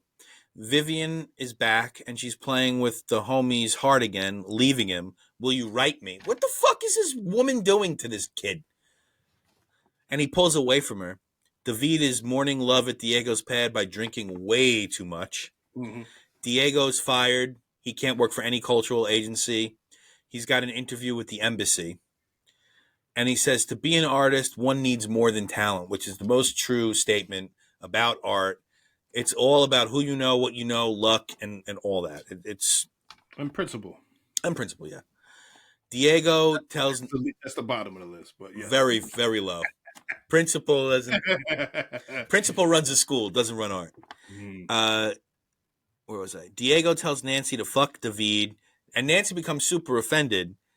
What are you, whore? What am I, whore? Whore of the building? And then the next shot is her trying to hang herself, but then talking to the camera. What? You have a better idea? Breaking the total fourth wall, which was a cool... No, not a fourth wall. She was talking to her the Santeria. Oh. Yeah, she was talking to her altar again. I missed it. Anytime somebody talks to somebody, which was mostly just Diego and this lady, Nancy, right? Nancy. That's who they're talking to. They're talking to their... Well, I figured when Diego was talking to the people in the kitchen, those were his altar, like people like the Santeria. I figured that, but I didn't know that her altar was right that close. So I just anybody that anytime they look away or look at like they're That's if they're talking to somebody, they're not in the screen on with them. Well, it's an they're aside. Yeah, an aside. talking- Called an aside. Everyone here is really into Santeria to get what they want. Nancy wants David to come to her feet like Pontius Pilate did to Jesus. Mhm. Could be one of the worst wake-ups in cinema history by David. The way he woke up when Nancy was getting all up on him could be maybe a top 5 worst wake-up ever. It was very What did bad. you do wrong? I don't remember. It was just like too fast, and all of a sudden he's you ever wake up and you're just up? That doesn't exist. No, I'm in pain all the time. Yes, I have sciatica right now. This hurts to do this review. I don't like it. Where was I?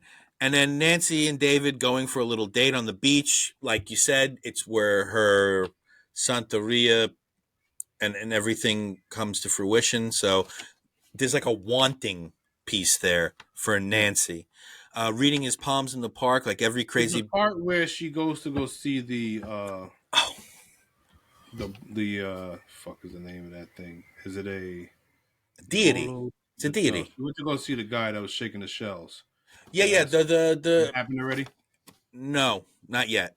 Okay. And then I wrote reading his palms in the park like every crazy woman on planet Earth does now. Yep. Insane. So she does what? It's hot. What? It's insane. It's hot. It's hot. It's not hot. It is not. It's creepy. It's creepy. Like you're gonna tell me my fucking hand, my lifeline? It's getting a lot shorter listening to your bullshit. So she does not. She does that not to fuck him, and she tells him she'll see him tomorrow, and she wants a thing with this kid now. It's clear. It's clear. And then they recreate the dinner from Lima's Paradiso, which, by the way, I ordered Paradiso based on this movie. I want to read that. That looks very, very cool. Mm-hmm. Nancy and David are dancing in her apartment. Oh, right before the dinner is the scene with the shaman. Is he a shaman? He's a shaman, essentially, but there's an actual title for it. Yeah, I'm not going to do that. I don't know. Let me see what that is. Because people were calling me that while I was in Cuba. It was weird. Cocksucker? Cocksucker! I'm not by my beach. They're talking about me. Yeah, all right. So it would be the word. Oh my god. Yeah. I want to just what is bruja is witch, right? It doesn't mean means witch. Is there any I don't know. Is there any like shamanistic translation into witch?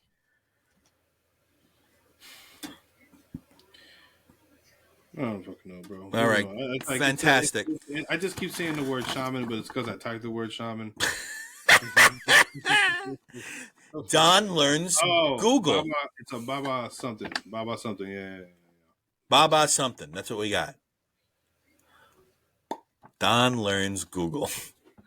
Okay, so they recreate the dinner. Nancy and David are dancing in her apartment. I gotta say, what he says next, before they have sex, where do these stairs go? Whether or not it's meant to be, that is one of the pimp-ass lines of pimp-ass lines. Where do these stairs go, lady? Great line. And then he just rolled her dress off. He didn't take her dress off. He like rolled it off like it was a fruit roll-up, Don. Did you see that? Yeah. Just like rolled it off of her. Miguel thinks David and Diego did the old Charleston chew, you know? Right. The old Charleston chew. Babalao. God damn it. Babalao. Yeah, that's the word. Aye. Don't do that. Was that bad? Yeah. Was that wrong? I didn't like it. You didn't like it?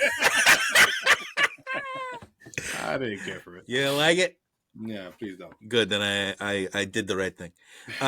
Diego and Miguel get into a fight after Miguel threatens everyone with this is not over, and I knew you were bringing over flowers for your lady, and then he calls them both F word. Bad name for gays. Diego was in a diplomatic car and telling David he has to leave because he can't get work. And then these are the final scenes, which were a little ham-fisted and forced, I thought.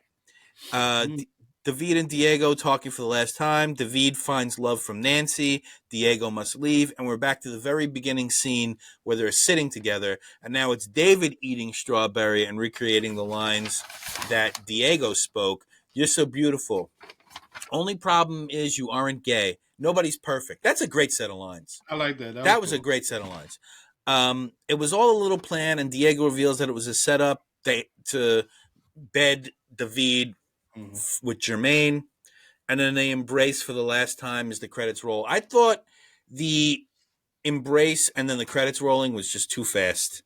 Yeah, I didn't like that. It was too fast. I felt like we should have. Yeah, I don't know. And I wrote. I wanted more out of the ending. I wrote good, not great, very flawed. Again, cut 10 minutes. I wanted a little bit more out of the ending and never got it. I gave this a 3.1 out of 5. I gave it a 3.4, 3.5. Yeah. Just because I have, I think, more cultural understanding of a lot of the things, so a lot of those things hit home for me. I think as a film, it's not bad. It's not bad. It's pretty good. I'm not mad at it. I think it's an average film. I think there needed to be more cinema. I don't know. In my opinion, there needed to be more cinema in this, and it just it was a lot of people. There wasn't a lot, but I'm thinking this could be a great play. They shot it in absolutely. They shot it in Cuba. I'm sure. Oh, you couldn't do a lot, right? Yeah, if they didn't shoot it guerrilla style. Which it doesn't seem like they did because there was some actual, No, it definitely didn't feel guerrilla style, for sure. But I think there's only so much they could possibly do. You know what I'm saying with the permission and the permits that they had to get. Not again. Earthquake. Typhoon. Not typhoon. Typhoon. Yeah, I didn't. I think this would be a great play. I really do. I would see this on Broadway. I would like it as a play. I didn't do a hard recast. I didn't do any recast. But I could do a recast. I just did one off the top of my head. I'm only recasting the top two actors. Okay. Right? David and Diego. David and Diego. And if I were to make this and Are you keeping it? You're keeping it American? I would do an American version, and I would do, and it's only because, and it's. I hope it's not taken as being stereotypical. I just feel like because I saw the show Pose, and I've seen this guy act. Okay, Billy Porter. I could see Billy Porter doing that role, and it would be leaning less on the politics of communism, et cetera, but more so on the politics of being queer, right? Mm-hmm. So it would probably lean more towards that. Let's throw it in the 80s. Let's cast Billy Porter as Diego, and let's cast the guy from Everybody Hates Chris. That he's a real big deal now with Abbott. He's on the Abbott Elementary show. I don't know. Something Tyler Henry. Not sure. No, not either way. But the kid from Everybody Hates Chris. Yes. Yeah, he's grown now. He's an adult. He's on this hit show, Abbott Elementary. He's doing. I heard that was an okay, kind of a funny show. I love it. It's good. But you didn't care for The Office, so you're probably only going to tolerate it. But so far, not my style. Yeah, nice. It's wholesome. But it's funny. It's still got funny. It's very fucking funny. If I want wholesome, I'll have milk. They have adult stuff. It's ABC. You know what I'm saying? So it's bad. Right. Yeah, I got you. It's not bad. So yeah, that's or instead of the Everybody Hates Chris guy, I could see it. This is again, you got to watch this series to get that personality. I'm gonna fuck that up. I think I'm getting their names mixed up because I think this guy is maybe something Tyree Henry, the guy from Atlanta, from the Atlanta show. Right. He is one of the lead actors. His name is Brian Tyree Henry. You've seen him around, I'm sure. You know what I'm talking about? I don't know. That's Brian Oh yeah, Tyree, yeah, yeah. I have. Yes, yes, right? yes. I've seen He's him he's, for he's sure. really fucking good. Um, what's the other guy? So I would do him with Billy Porter. I think that'd be pretty dope. Okay, so I'm gonna recast this as a play. Okay, so Tyler James Williams is the kid from Everybody Hates Chris. Oh, I know him. Yeah, I know him. I want to he's recast. really good. I'm going to recast this as a play. I'm going to recast this as dealing with, because it would be too much like Angels in America if you put it in the late '80s, early '90s. I'll keep it communistic, but I'll keep it. I'll put it into the '50s with McCarthyism. And I'll have Harvey Fierstein play the Diego character. Harvey Fierstein. Yeah, you know Harvey. You'll know Harvey Fierstein. You look him up. But he wouldn't be Diego. You'd have to change his name. He'd, Don or oops, sorry. Uh-oh. Ain't no problem. Yeah. No problem. Yeah. Yeah, but he'd have to be like a Charles or a Don or like a Bill or something like that. And for the David character, who would just become David at that point. And I have another recast. It's too many. The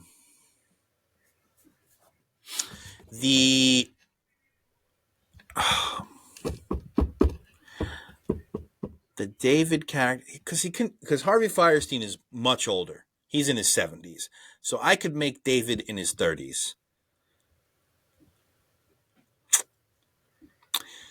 I hate him. I don't like this actor, but I think he can carry gay and I think he can carry trying to get Harvey Fierstein. I fucking love that guy. Yeah.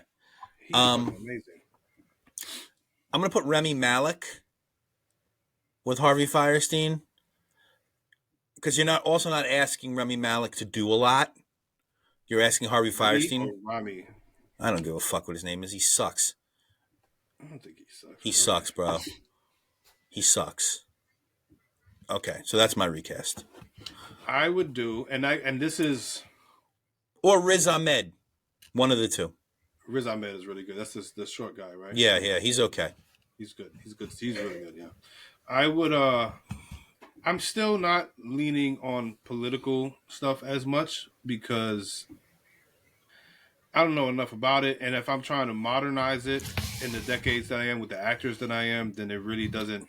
It's one thing to cast these actors, but put it in a different era. You could do that, obviously, like you said, with the McCarthyism, right? But I'm trying to figure out a way to put it in the eras where, contemporary and what politics are on the forefront now. So, with that being said, only because I've seen him play queer roles before, and I don't think he does a bad job. I don't think he does a mockery of it. I would do John Leguizamo as Diego, and I would cast. I just had it here as David Anthony Ramos. Very good. That's that could be a play. Super interesting. I think that would be super interesting. You still have the Latin culture intertwined with it. Yep. And you could still do politics. John Leguizamo is very versed in that realm. I want to see that on stage, though. Now, on the flip side of that, right? Right. To go a totally different direction. Once again, casting somebody from the show Pose. Okay. I would go with Michaela J. Rodriguez, who is a trans woman. Okay. In the part of Diego, and still have the other kid for David. Okay. And it would lean more towards trans rights and trans, politics and that nature. Well, I'll see Same thing, you can put that in any decade, 80s, 90s, up to now. Probably want to do it more modern. Modern. Yeah, I like your two. Super interesting. I like your final two castings those are good. I like those a lot. All right, that wraps this up. That was cool. I fucked with this movie. It was fine. The soundtrack was cool with a lot of the old school music. Yeah, it did definitely didn't offend me. It was fine. It was, I think, for what they could do at the time, I think it's good. I've got no problem with it. It's not Would definitely. you recommend people to watch it? I don't know. Yeah. Since it's culturally significant in that it's Cuba's only Academy Award entry for foreign film. So yeah, for that reason, yes. I don't, like I said, I don't think it's a great film. It's good. Yeah, I don't see why you should. I mean, and it's probably groundbreaking. It's probably groundbreaking. Now it's not, honestly. But it at the time it was probably a huge deal in Cuba and maybe a big deal here, but the box office gross doesn't tell you that. Yeah. Well, how many theaters was it showing in? I didn't get that. Because if it's like fucking, I'm sure it wasn't a lot. Theaters and shit, that would be crazy. All right, so we're still in January. Yeah. We have to figure out a fourth one. Do we want to do that now? Yeah, let's do it now. Fuck it, let's do it now. I don't know where all my. I think my thing is over here. I don't know if these. Yeah, I don't know if these are. I didn't put them back. Just sort of. 1 second.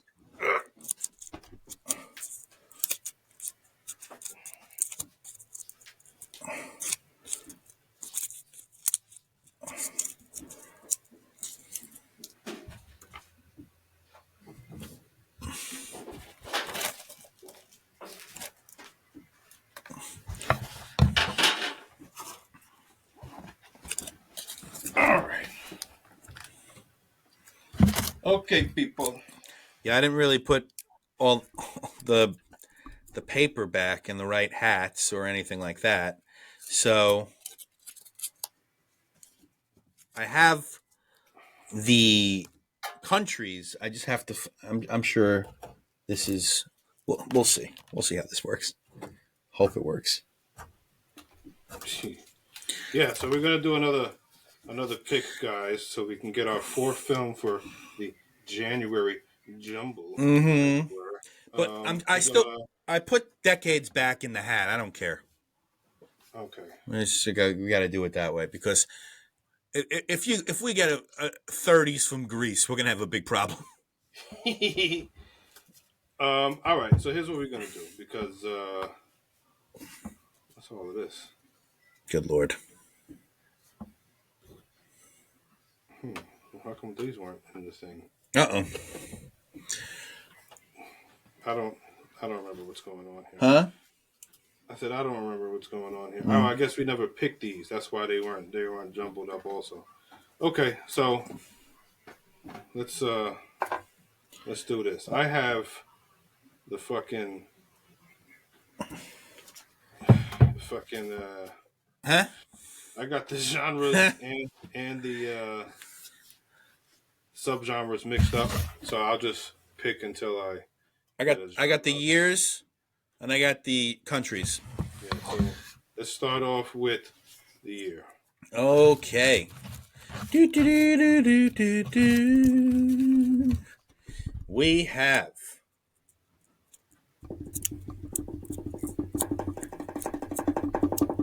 I don't know how to do this. Help me, Jesus. Huh? Oh.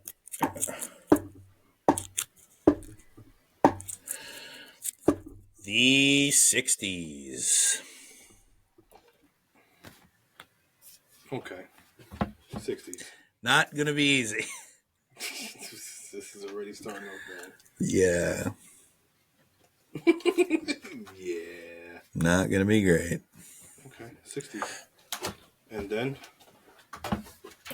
where is it going to be? You want to go my way first? That's what I thought, but that's okay. All right. Well, I have it in a tin can. It's not a hat. No, I can't find my hat. And I picked.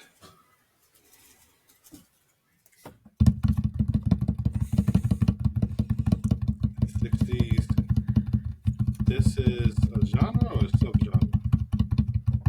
Crime. That's a genre. That's good. Okay. Now we really need Germany, USA. You know, we need that. That's what we need. You don't want to see a Australian crime film From the 60s? I don't know.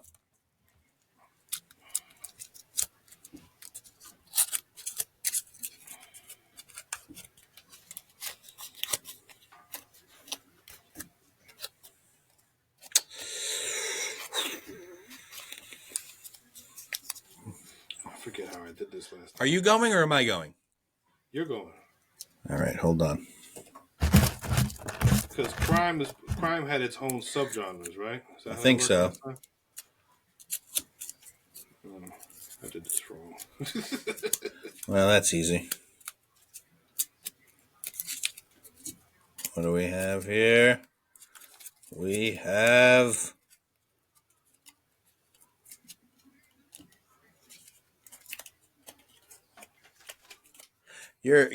Don, you're a jinx. What did I do? Was it Australia? Yeah, Get the fuck out of here. yeah. I swear to you. I don't know how you could even do that. We got to pick another country. Santeria. No, we'll pick a second country just in Okay. case, but I think we should give it a shot. Okay, let me pick a alternate country. Yeah, for just in case shit gets weird. Oh my god, this is miserable.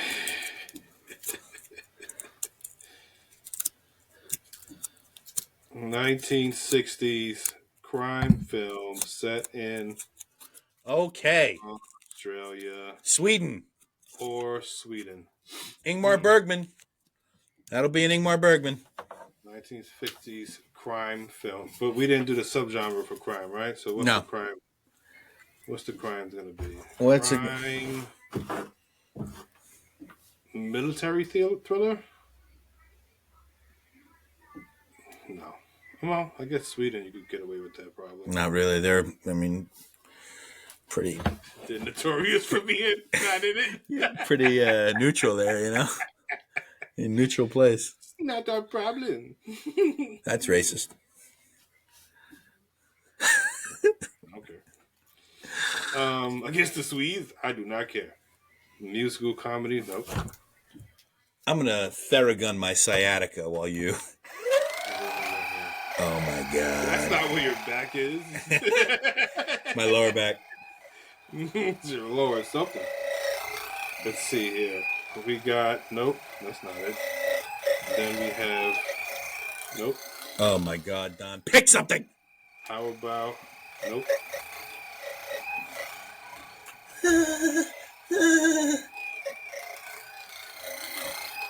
Treasure hunt. No. Let's not do a subgenre. Let's just do 60s crime. Mockumentary.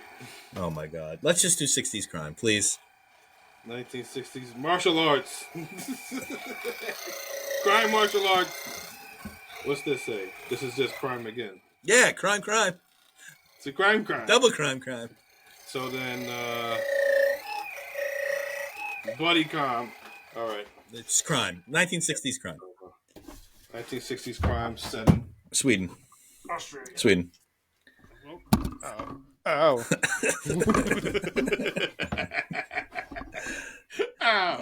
Ow. 1960s crime films. Australia.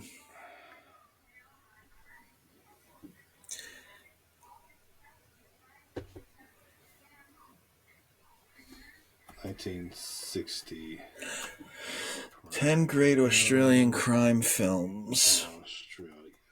Yeah, it's like I gotta add something. List of Australian films in They're all from the 80s, 90s. Darkest Before the Dawn, Australian films of the 1960s.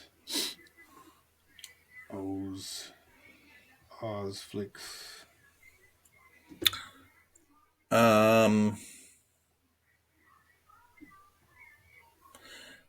There's 5. And they're not.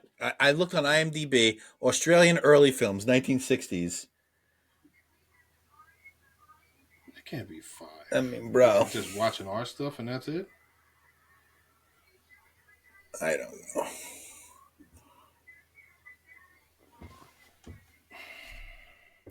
Alphaville. What is Alphaville? Crime thriller film. 1960s. Oh, that's not. That's Godard. Crime thriller film, 1960s.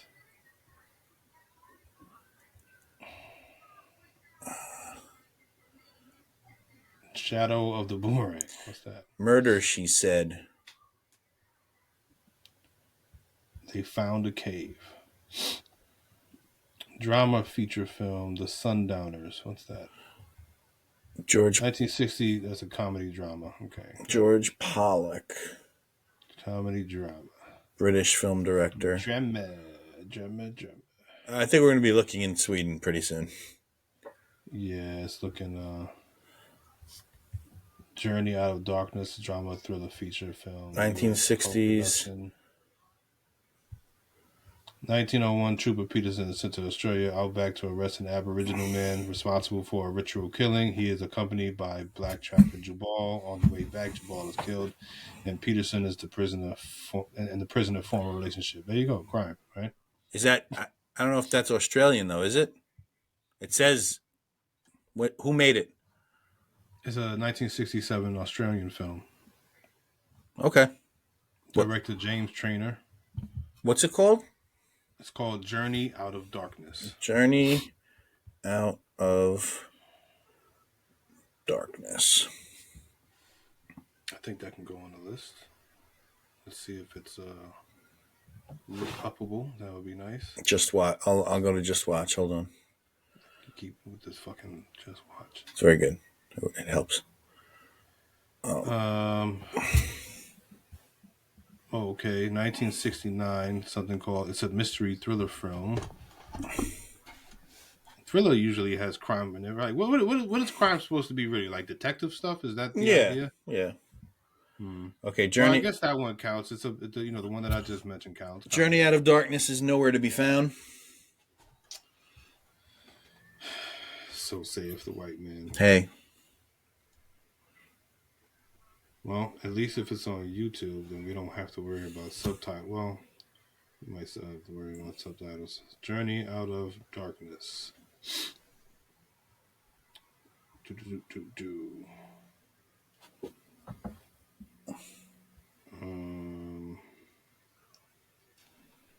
Out of Darkness full movie. That's not that. That's not that. That's not that. Come on. Why can't we have nice things? It's very hard to have nice things. I'll tell you what. Then you go on the Sweden. I am right now. Tour. Try to figure that out. And I'll keep going on an Australia tour. Yeah, Bergman didn't do a lot of crime.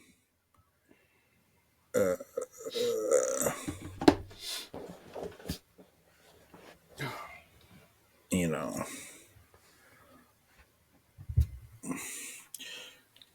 Okay. What about What's Color Me Dead? Swedish crime. Color Me Dead is a 1969 Australian thriller directed by Eddie Davis, starring American actors Tom Tryon, Carolyn Jones, and Rick Jason. It's a remake of the 1950 film DOA. Due to the failure on renewing copyright of DOA, the content of DOA became the property of the United States public domain. Thus, the content of Color Me Dead could have been exactly the same as DOA.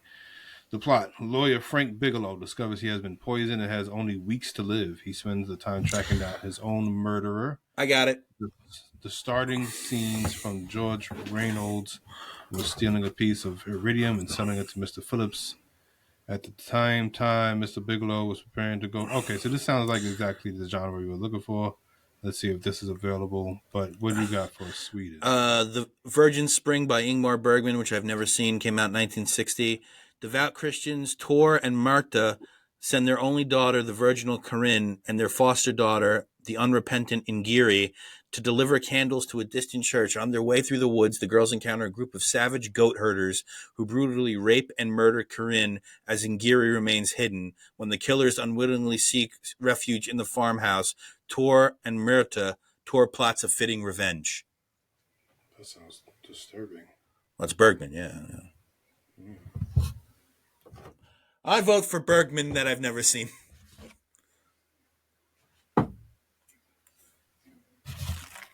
Let's see if this. And I'm pretty sure The Virgin Spring is on HBO Max.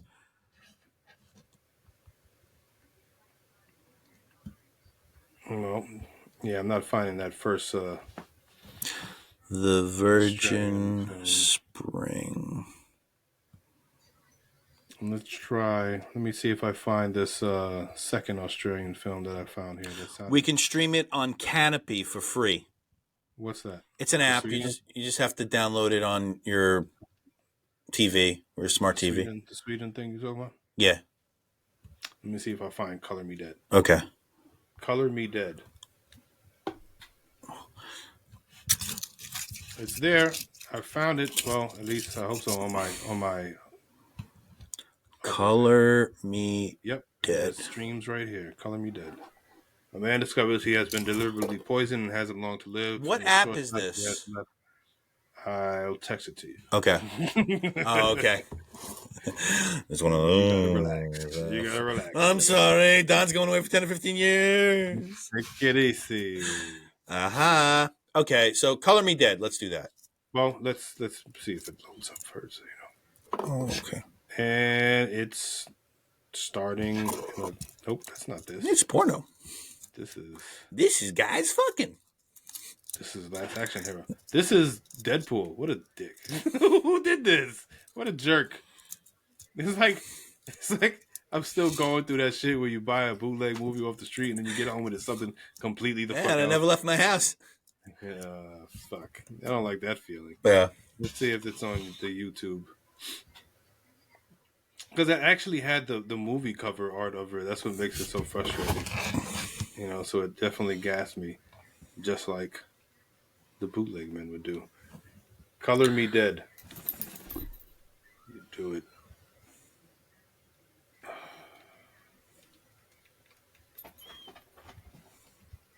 I just think the Australian accents would be funny.